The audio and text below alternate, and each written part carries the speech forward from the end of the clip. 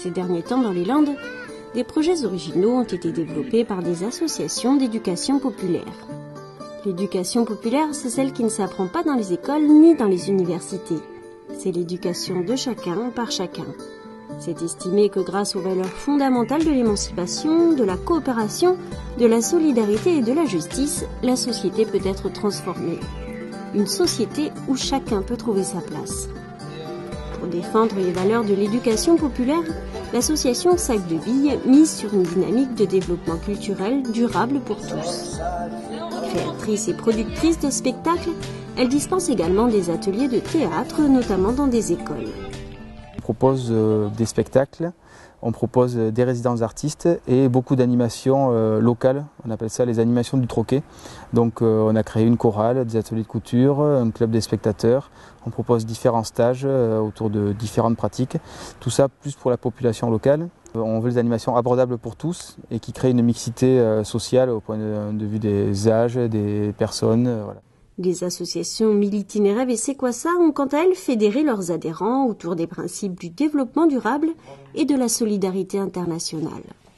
Nous, on part du constat qu'aujourd'hui, on est dans une situation de crise au niveau international, écologique, social, environnemental, économique, et que l'idée pour nous, enfin la solution pour contribuer à changer un peu les choses, c'est l'action locale avant tout. Donc c'est pour ça que pour nous c'est cohérent et important de à la fois sensibiliser sur les problématiques de globalisation, d'internationalisation et de montrer qu'on peut en tant que citoyen agir à une échelle locale telle qu'avec des projets autour du maraîchage ou des actions de solidarité qu'on propose ici.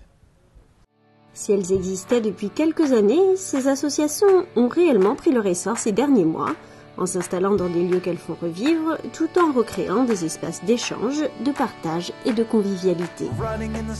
Le Café Bois Sec est situé dans la petite commune de l'Arbeille, au cœur de la Chalosse. Il a rouvert ses portes en avril 2012 après un an et demi de travaux. Le Café Bois Sec s'appelle le Café Bois Sec depuis 1885. Donc il a vu beaucoup de choses, les murs ont vu beaucoup de choses. Il y a eu un restaurant, une boulangerie, il y a eu un quillet, il y a eu une station essence, il y a eu 3 ans vides, sans rien dans les murs. Et l'association Sac de Billes a cherché un lieu pour s'installer, pour mettre ses bureaux d'abord. Et ensuite d'autres envies sont venues et on a choisi d'investir le Café Bois Sec qui ne faisait rien en plein centre de l'Arbeille, grand village de 250 habitants. Mais le Café Bois Sec, au lieu de la culture déjà landaise, est reconnu et on a vu beaucoup de personnes, des anciennes habitués de Bois Sec venir et revenir quand on a ouvert les portes voilà, pour voir les changements et pour revivre ces moments magiques qu'ils avaient pu vivre dans les murs du Café Bois Sec. Pour nous, c'était important d'investir en lieu, de pas fabriquer un lieu, d'investir en lieu qui existait déjà, de lui donner une nouvelle vie. Les associations Militinéraves et Sequassa ont quant à elles créé l'écolieu Jeannot à Rayon-des-Landes.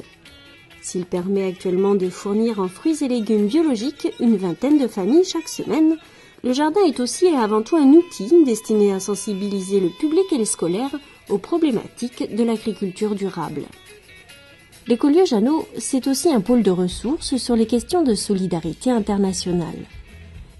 Cette solidarité se traduit depuis 2007 par l'organisation de Fest Afrique.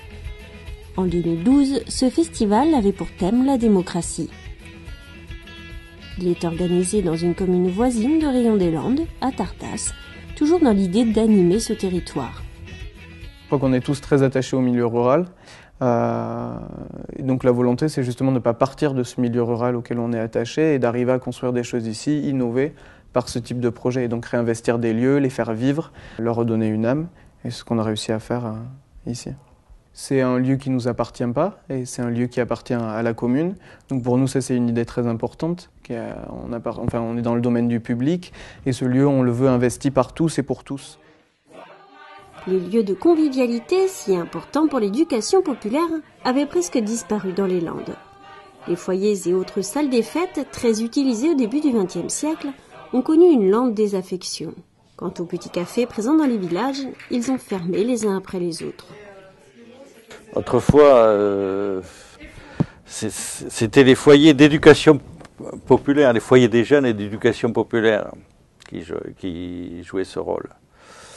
Moi-même, à 20 ans, un village de Morin, j'étais président du foyer des jeunes d'éducation populaire. Et effectivement, on faisait du cinéma, on faisait des conférences, et on avait ce rôle d'éducation populaire. Et tout ça a disparu, oui, au profit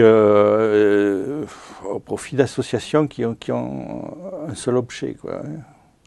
C'est les amateurs de ceci, les amateurs de cela, mais il n'y a pas ce caractère général. Ces territoires ruraux, les membres des associations ne les ont pas choisis au hasard. Ils en sont originaires. Après avoir pour la plupart passé quelques années à étudier dans des grandes villes, ils ont décidé d'y revenir et de s'y investir. C'était important qu'il y ait des personnes du cru et des personnes qui portent notre message au départ pour montrer qu'on n'arrivait pas là en voulant faire la révolution et en changeant toutes les coutumes de l'Arbeille et des environs. Voilà, qu'au contraire, on était là pour proposer des choses, mais aussi pour écouter les gens d'ici, proposer des choses avec eux et pour voir de quoi ils avaient envie afin de proposer des choses adaptées. Que ce soit au travers des 2 structures associatives, c'est parce qu'on est originaire du territoire et que pour nous c'est important de nous réapproprier notre territoire, parce qu'on considère qu'on est forcément légitime pour dire ce qu'on a envie de faire et vers quoi on veut que notre territoire aille. Donc ça, effectivement, ça motive. Après, le fait d'avoir récupéré ce lieu, c'est aussi une question d'opportunité. La mairie de Rion-des-Landes a en effet proposé ces lieux, dont elle venait d'hériter, aux associations Militinerev et Sequassa. Je suis élu depuis une trentaine d'années. C'est la première fois que je voyais des jeunes venir demander à la mairie de les aider à élaborer un projet qui me paraissait certes terriblement ambitieux, mais très intéressant également. Donc il y a 2 solutions. Soit je leur dis non, votre projet est trop ambitieux, on ne peut pas le faire, vous rêvez, voilà. Soit je leur ai dit avec une pointe de scepticisme, je l'avoue, je leur dis écoutez, chiche, allons-y, moi je mets à disposition une ferme, je mets du terrain à votre disposition, et puisque vous avez de bonnes idées, maintenant essayez de les mettre en pratique.